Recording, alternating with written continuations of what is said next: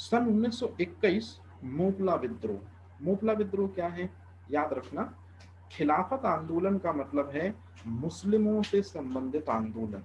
तो दरअसल में खिलाफत आंदोलन का एक पार्ट है।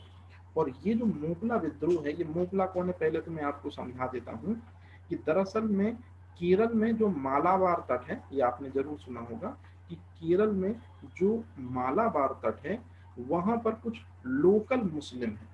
याद रखना, मैंने वर्ड यूज किया लोकल मुस्लिम। तो केरल के मालाबार तट के पास में जो लोकल मुस्लिम हैं उन्हीं को मोपला कहते हैं, या वो मोपला दरअसल में कृषक हैं मुसलमान लेकिन वो खेती करते हैं, तो इसलिए उनका नाम पड़ गया मोपला विद्रोह, मोपला कृषक। क्लियर है ये चीज। और वो कहाँ रहते हैं, केरल के मालाबार तट में। अब हुआ ये कि केरल के मालाबार तट में जो मुस्लिम हैं, जो किसान हैं, उनसे हिंदू जमींदार, और हिंदू जमींदारों को किसने दिया है आदेश, ब्रिटिश सरकार ने। याद रखना, मतलब मेन दोषी यहाँ ब्रिटिश सरकार है। ब्रिटिश सरकार ने हिंदू जमींदारों से कहा कि केरल के मालाबार तट में जो मुस्लिम लोग हैं, मोगला कृषक हैं, उनसे टैक्स की वसूली करो। तो दरअसल में ब्रिटिश सरकार के कहने पर हिंदू जमींदार जो है वो वसूली करेंगे। क्लियर ये चीज।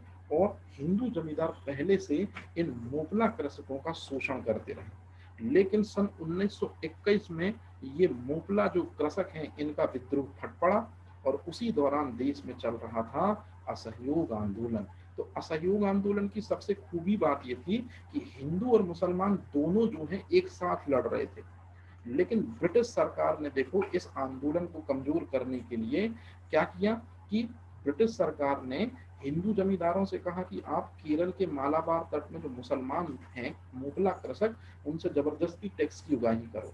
तो निश्चित रूप में इन्होंने विद्रोह करना शुरू कर दिया हिंदू जमींदारों के खिलाफ।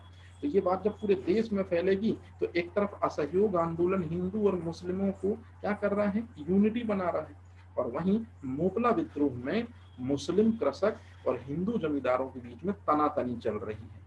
तो इससे फायदा मिलेगा ब्रिटिश सरकार को। ये है दरअसल में असहयोग आंदोलन को विफल करने वाला मोपला विद्रोह। याद रखना ये चीज।